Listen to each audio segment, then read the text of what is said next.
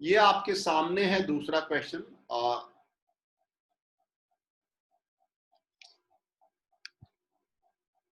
speculative demand for money is zero when market rate of interest is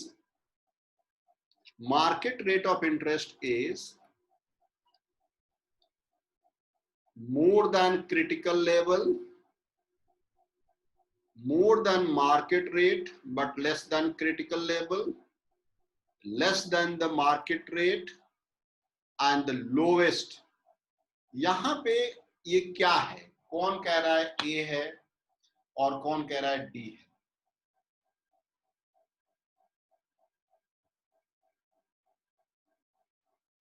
इसका आप लोगों को शायद ये क्वेश्चन नहीं समझ में आया। यहां पे ये क्वेश्चन आप लोगों को समझ में नहीं आया, इसलिए मैं इसको आपको यहां बताना चाहता हूं। आपको याद होगा, ये देखिए प्लीज,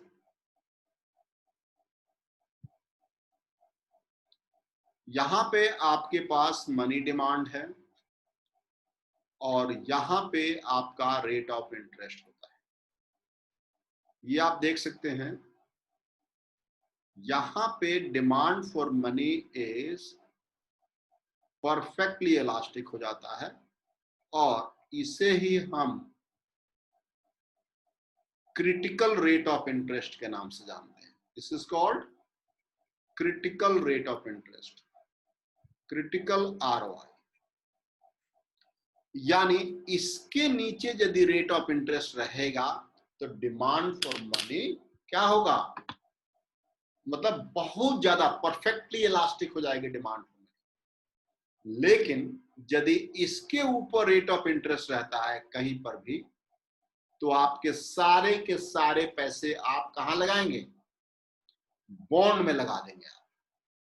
इसका मतलब डिमांड फॉर मनी आपकी जीरो हो जाएगी। तो आंसर इसका ये है, ये देखिए, speculative demand for money is zero when market rate of interest is more than the critical rate of interest. कहीं कोई इसमें लोचा है? आप लोगों को समझ में आया कि नहीं आया?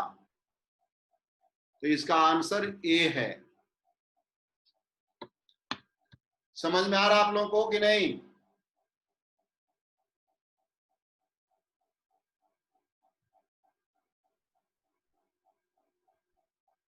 कौन सा बता दें हम?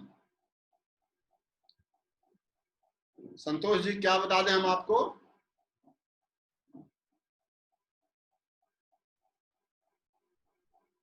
संतोष जी प्लीज बताइए क्या बता दें।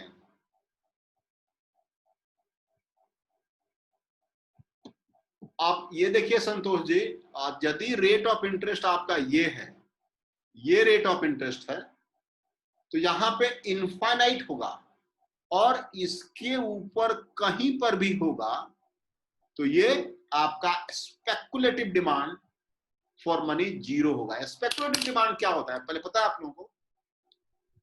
यानी हम एक्सपेक्ट कर रहे हैं कि कल को बॉन्ड की प्राइस नीचे आएगी तो हम बॉन्ड खरीद लेंगे। तो बॉन्ड की प्राइस नीचे कब आएगी? जब रेट ऑफ इंटरेस्ट ऊपर जाएगा। तो क्रिटिकल के ऊपर कहीं पर भी होगा, यहां पे क्रिटिकल के ऊपर कहीं पर भी होगा तो आपके सारे के सारे पैसे आप बॉन्ड में लगा देंगे। क्यों? क्योंकि आप एक्सपेक्ट कर रहे हैं कि आप बॉन्ड की प्राइस इसके ऊपर जाएगा। ठीक है, समझ में आया आप लोगों को?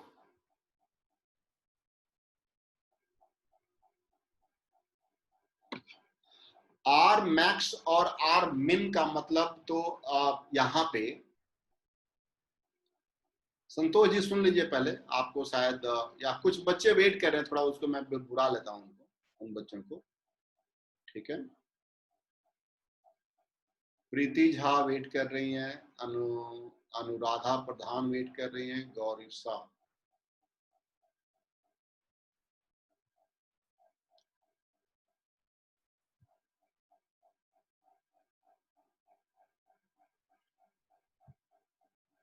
अच्छा एक बात बताइए आप लोग, यहाँ पे देवन नाम का कौन है? देवन,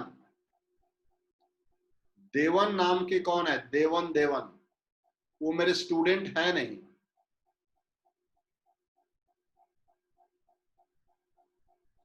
बताइए प्लीज, देवन कौन है? अदरवाइज कल से एंट्री नहीं दूंगा मैं। देवन का किस नाम, किसका देवन के नाम से है? क्या नाम है आपका? देवन? आप देवन के नाम से तो रजिस्ट्रेशन है नहीं आपका।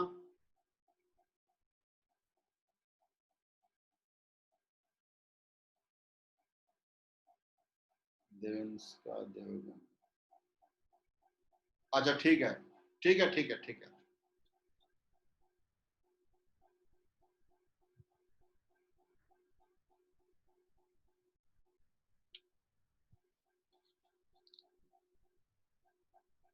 रवि, आपको आगे जाने की जरूरत नहीं है, जब तक ये क्लियर नहीं होगा आप आगे नहीं जाएंगे।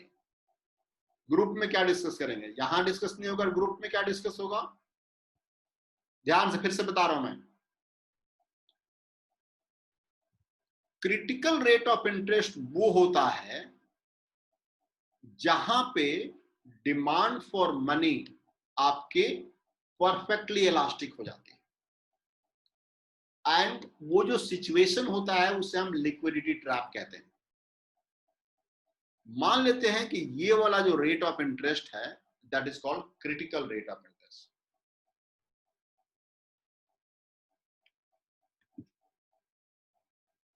ये जो रेट है that is called critical rate of interest. यहां पे आपका demand for money perfectly elastic हो गया है, ये देखिए। यानी इस पॉइंट पे यदि आपका रेट ऑफ इंटरेस्ट ये है तो आपका थोड़ा सा ये वो हो गया।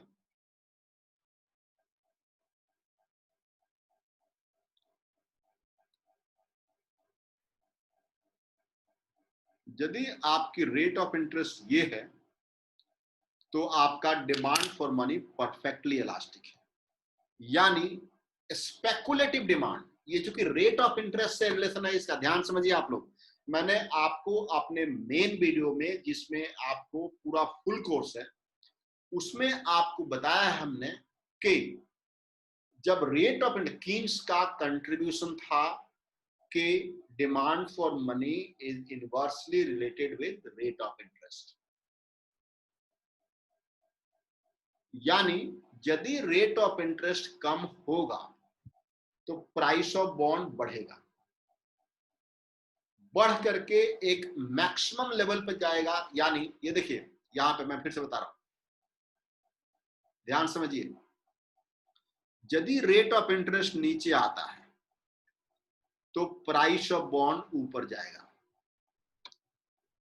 यदि रेट ऑफ इंटरेस्ट यहां आ गया, जिसका मतलब ये है कि प्राइस ऑफ बॉन्ड अब इसके नीचे नहीं जाएगा, प्राइस ऑफ बॉन्ड इसके ऊपर नहीं जाएगा। रेट ऑफ इंटरेस्ट यहां तक आ गया, इसका मतलब प्राइस ऑफ बॉन्ड यहां पे पहुंच गया, प्राइस ऑफ बॉन्ड इसके ऊपर नहीं जाएगा।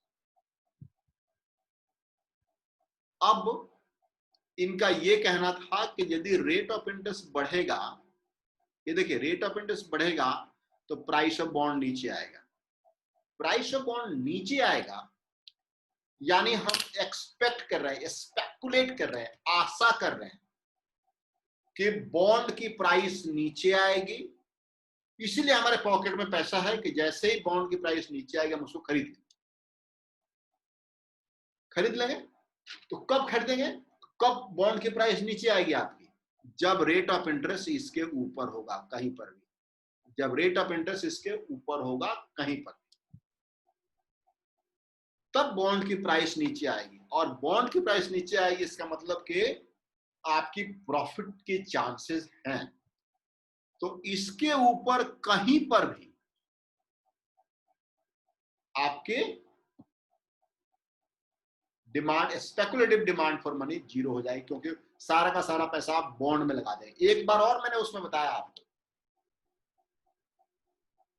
कि कीन्स ने एज्यूम करा कि या तो कंज्यूमर या इकोनॉमिक एजेंट जो भी है, या तो अपने सारे पैसे अपने पास रखता है या फिर सारा का सारा पैसा बॉन्ड में इन्वेस्ट करता है। तो उस वीडियो को आप लोग ध्यान से देखिएगा, ठीक है? तो इसके ऊपर ये वो हो जाएगा। अब तो मुझे लगता है क्लियर हो गया होगा।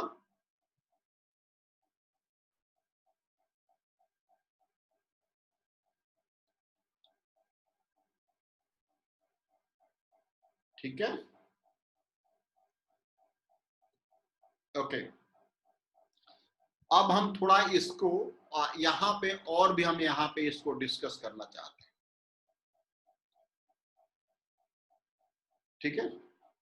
अब यहाँ पे दो तीन चीजें हैं आपके पास। यहाँ पे है आपका मार्केट रेट ऑफ इंटरेस्ट। वो क्या है? Market rate of interest and critical rate of interest, ये दो चीजें हैं आपको समझ।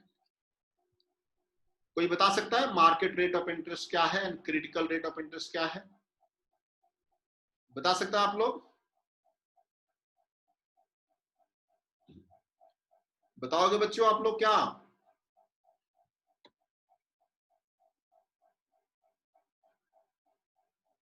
ये देखिए प्लीज आप लोग, मैं आपको बता रहा हूं कि जिस पॉइंट पे, ये देखिए प्लीज, जिस पॉइंट पे demand for money perfectly elastic हो जाता है उसे हम क्रिटिकल रेट ऑफ इंटरेस्ट के नाम से जानते हैं। यानी ये वाला पॉइंट जो है r naught is the critical rate of interest, और ये आपका लिक्विडिटी ट्रैप होता है। इट्स कॉल्ड लिक्विडिटी ट्रैप, ठीक है, ये लिक्विड ट्रैप। अब यहां पे आपका, और इसके ऊपर कहीं पर ये देखिए ये रेट ऑफ इंटरेस्ट या फिर ये रेट ऑफ इंटरेस्ट, इसके मतलब क्रिटिकल रेट ऑफ इंटरेस्ट के अलावा जो मार्केट रेट ऑफ इंटरेस्ट होगा उसके ऊपर भी हो सकता है और उसके नीचे भी हो सकता है, ठीक है। एक बात तो आपको ये इंफॉर्मेशन लेनी है। दूसरी इंफॉर्मेशन लेनी है कि यदि, ध्यान दीजिए please, if critical rate of interest, ये देखिए क्रिटिकल रेट ऑफ इंटरेस्ट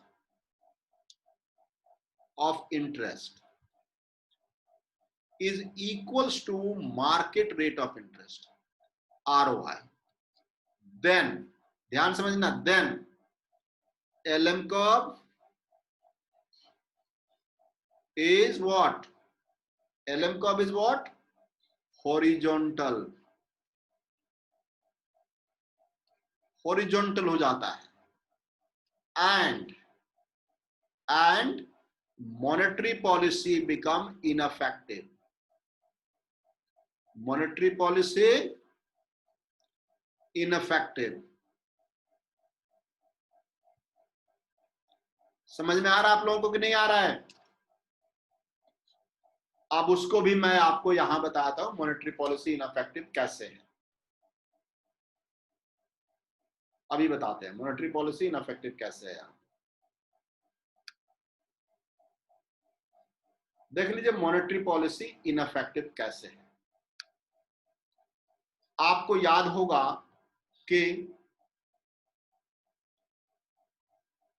जब मैं आपको ISLM पढ़ा रहा था तो आपका ये IS था और ये LM होता था, राइट।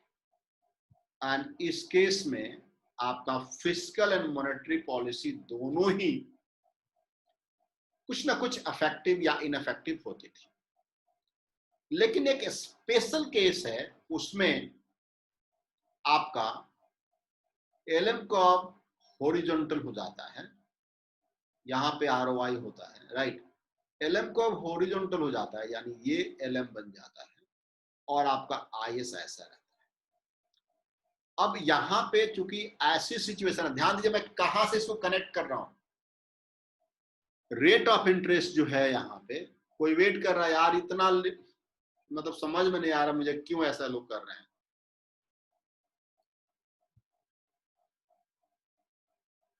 समीक्षा नायक, सैयद, ये कौन लोग हैं भाई?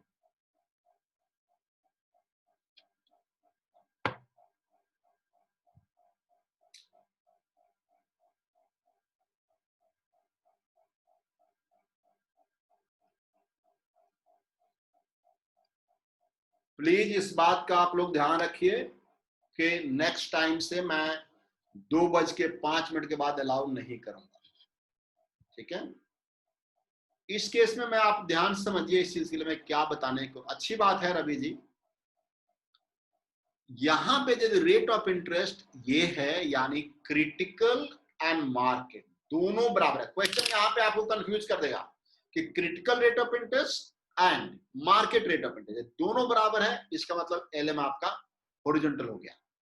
इसका मतलब क्या है कि इकोनॉमी में मनी सप्लाई कितना भी चेंज किया जाए, सब लोगों के तकिए के नीचे लग जाएगा। वो बैंक में पैसा नहीं जाएगा, वो मार्केट में इन्वेस्ट नहीं होगा। वो पैसा होगा क्या, होगा क्या? वो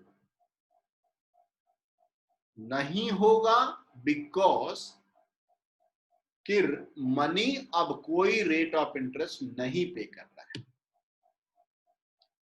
तो इसलिए मनी सप्लाई के चेंज से एलएम पे कोई फर्क नहीं पड़ेगा। Only fiscal policy will be affective. इस तरह के क्वेश्चंस आपको एक क्वेश्चन से 2500 क्वेश्चन बन सकते हैं। अब बात ये होती है कि आप लोग कितना सीरियसली पढ़ते हैं। ठीक है, अब थोड़ा और आगे बढ़ लेते हैं। हमने आपको यहां पे critical rate, market rate, liquidity trap, एक क्वेश्चन से हमने कितने क्वेश्चन बनाए देख लीजिए आप। एंड उसके बाद अब हम थोड़ा यहां पे बात करते हैं। कभी कभी आपको कंफ्यूज करने के लिए ये भी बोल देता है कि मार्केट रेट ऑफ इंटरेस्ट, कभी कभी आपको कंफ्यूज करने के लिए ये भी बोलता है कि मार्केट रेट ऑफ इंटरेस्ट यानी market ROI is not equals to critical ROI, is not equals to critical ROI.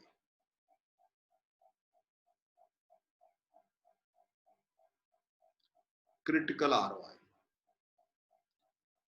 क्या मॉनेटरी एंड फिस्कल पॉलिसी दोनों इफेक्टिव होगा? तो आपको इस केस में घबराना नहीं है।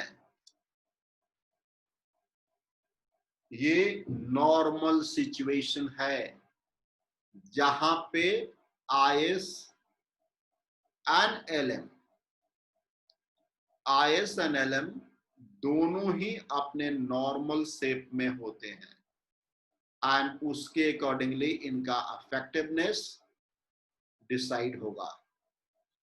ठीक है, क्लियर हुआ कि नहीं हुआ आप लोगों का? क्लियर हुआ? राइट। मोर पॉलिसी, नॉन पॉलिसी इफेक्टिव होगा, इसका मतलब क्या है? रवि क्या कहना चाहते हैं आप? रवि जी क्या कहना चाहते हैं आप?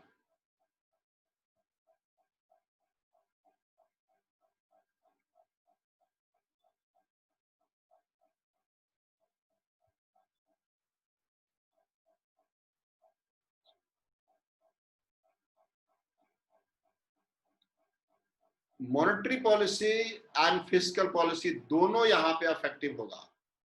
इफेक्टिव का मतलब होता है एबल टू चेंज। हाँ, दोनों इफेक्टिव होगा। यहाँ इफेक्टिव का मतलब होता है एबल टू चेंज। अब हम क्वेश्चन नंबर 9 की बात कर रहे हैं। क्वेश्चन नंबर 9 ये देख लीजिए, आपके सामने है। क्वेश्चन नंबर 9 में आपको, आप लोग क्वेश्चन पढ़िए प्लीज, क्वेश्चन नंबर 9 पढ़िए।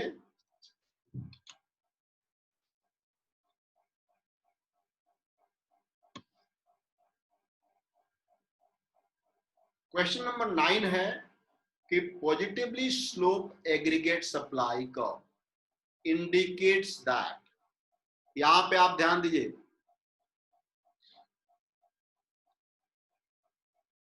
Positively slope aggregate supply curve, that इसको हम बोलते हैं short run aggregate supply curve.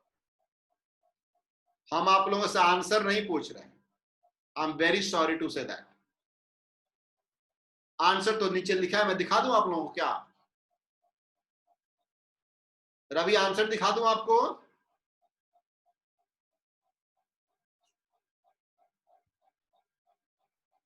Answer नहीं पूछ रहे हम आप लोगों से, आंसर तो आपको दिया हुआ है क्वेश्चन में। यार मैं आपसे ये बताना चाहता हूं कि यूजीसी के दिमाग में क्या चलता है।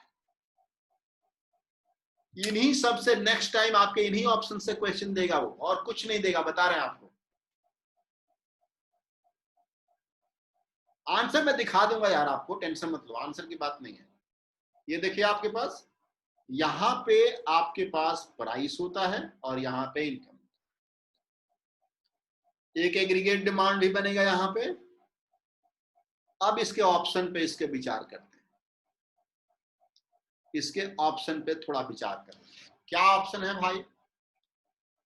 तो ऑप्शन है जो इसका वो ये है कि an increase in aggregate demand will be associated with increase in price level and no change in equilibrium output, जो कि संभव नहीं है। एग्रीगेट डिमांड बढ़ेगा ऐसे, देख लियो, मैं दिखाता हूं आपको। एग्रीगेट डिमांड बढ़ेगा तो आपका प्राइस लेवल एंड आउटपुट दोनों चेंज होगा। तो ये हमारा इससे लेना देना कुछ नहीं है, इसको हम मिटा देंगे यहाँ पे, राइट, इसको हम मिटा देंगे यहाँ पे।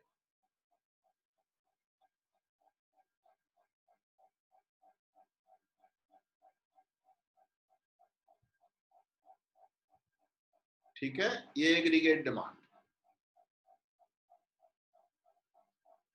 संतोष जी आंसर कहां पूछ रहे हैं? मुझे पता है आप लोगों को आंसर पता है। ये कौन है? अगले,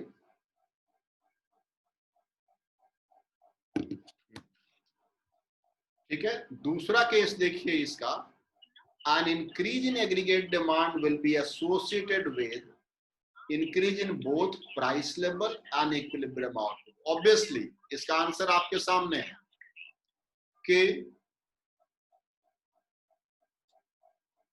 ये जो होगा प्राइस बढ़ेगा और आउटपुट भी बढ़ेगा।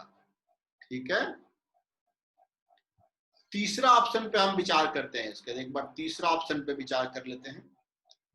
an increase in aggregate demand associated with increase in equilibrium output but no change in price, ये भी नहीं होगा हमारा, and no none of the above. या इसका बी आंसर, आप लोगों का आंसर बिल्कुल सही था, इसमें कहीं कोई लोचा नहीं है।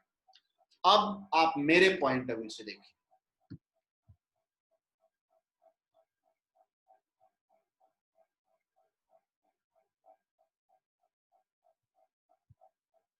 और रवि मेरा मतलब ये है कि आंसर, आपका आंसर तो यहां गिवन है। हम इस क्वेश्चन के डिस्कशन का हम ये कहना चाहते हैं कि इससे किस किस तरह के क्वेश्चन बन सकते हैं, मेरा मतलब यहां पे ये है। अदरवाइज मार्केट में 50 किताबें अवेलेबल है जो आपको आंसर बता देगी। आप नेट पे सर्च कीजिए, सारा आंसर निकल जाएगा। ठीक है रवि? अब मैं इसी क्वेश्चन को थोड़ा सा चेंज कर रहा हूं। हम यहां पे कह रहे हैं कि पॉजिटिवली स्लोप ना होकर के vertical aggregate supply, vertical aggregate supply की बात कर रहे हैं। अब यहां पे 4 मिनट बचा है अभी टाइम में, देख लेते हैं और थोड़ा सा। आप देख ले यहां पे एग्रीगेट सप्लाई, वेरी गुड। इस केस में आपका ये है, that is long run aggregate supply and this is your aggregate demand. तो इस केस में यदि आपका एग्रीगेट डिमांड बढ़ता है तो सिर्फ एंड सिर्फ प्राइस चेंज होगा और कुछ नहीं होगा इसका। ठीक है, अब इन दोनों केसेस में देखिए, ये आपका और ये दोनों ही केसेस में, व्हाट इफ यहां एग्रीगेट डिमांड के जगह पे एग्रीगेट सप्लाई चेंज, तब क्या होगा? एग्रीगेट डिमांड के जगह पे एग्रीगेट सप्लाई चेंज होगा तो क्या होगा?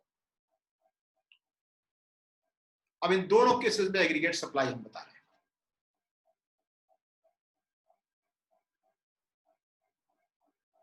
अच्छी बात है, प्राइस डिक्रीज होगा। बट सुजीत जी, ये आधा अधूरा आंसर है। सप्लाई वाले केस में ये आधा अधूरा आंसर है, उसको आप लोग देख लीजिए, ठीक है? देखिए प्लीज,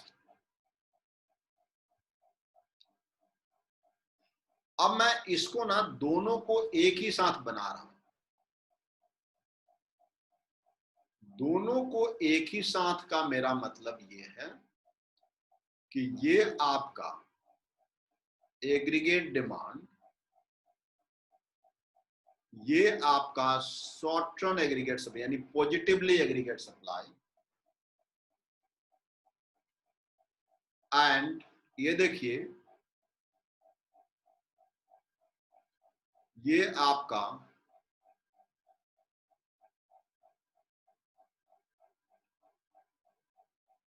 वर्टिकल एग्रीगेट सप्लाई, जिसे आप लॉन्ग रन एग्रीगेट सप्लाई के नाम से जानते हैं,